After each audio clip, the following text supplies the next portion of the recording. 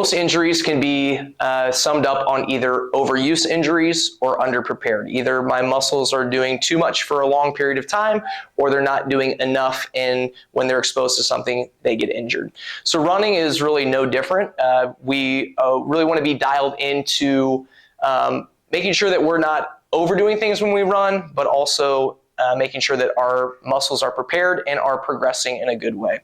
The number one piece of advice that I would give to any runner out there or anybody who is interested in running more often would be this piece of advice. And it's not a super good exercise. It's not the best shoes. The most important advice that I would give to anybody out there is your acute to chronic workload ratio.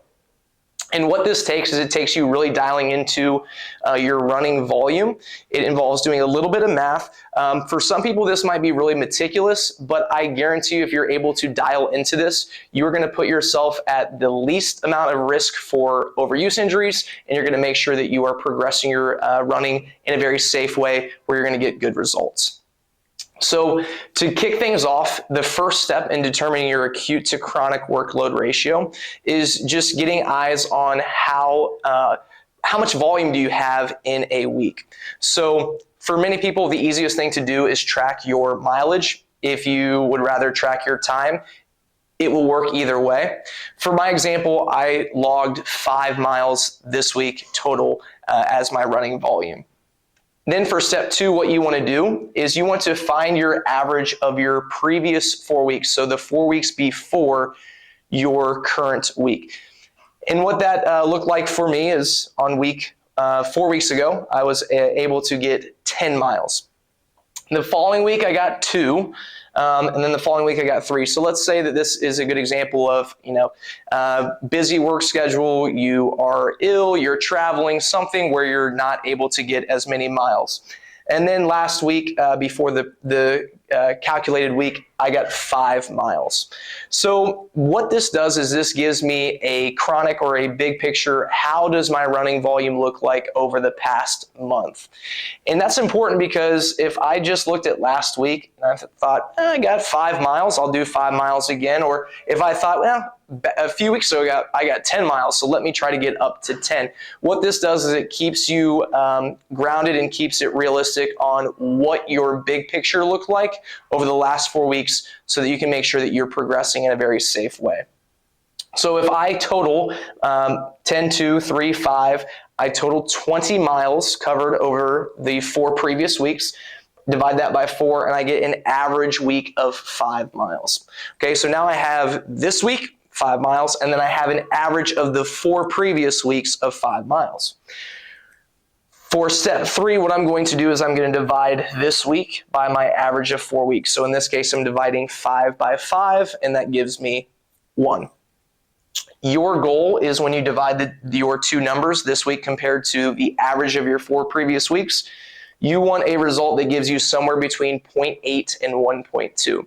So what this does is this ensures that you're somewhere between plus minus 20%. So this week is maybe 20% more, up to 20% more, or as low as 20% less of your big picture 4 weeks.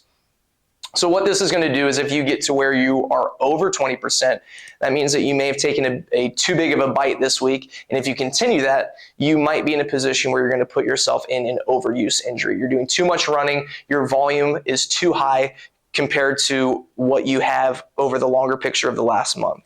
If you drop below 20%, then you might not be doing enough to really turn the dial up towards running for whatever your goal is. So you got a 5K, half marathon, you're working toward wanting to trend up in the right direction. If you find yourself consistently below 20%, then you're probably not getting enough volume to do that. So this will allow you just to take a snapshot, think about this week, be able to reflect on, hey, is this a week where I'm overreaching, or am I under training, or am I right in the sweet spot? This will also allow you to effectively plan ahead. So if I looked at my 4 previous weeks, I'm averaging 5 miles.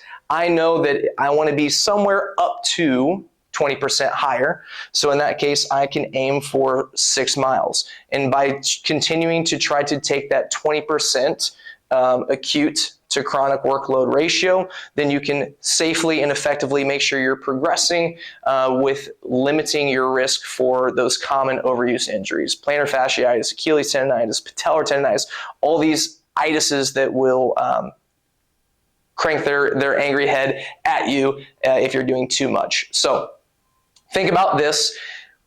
Once you have this concept down, I'm going to create another video because we're missing a very important element in this story, and that is your effort. So, 1 mile is not 1 mile in the sense that I could lightly jog a mile, but I could then also bring a maximum effort trying to get a personal record. So grasp this concept first, play around with the numbers, and then we will add in effort to be able to get a better picture when it comes to your running progressions. It's your move.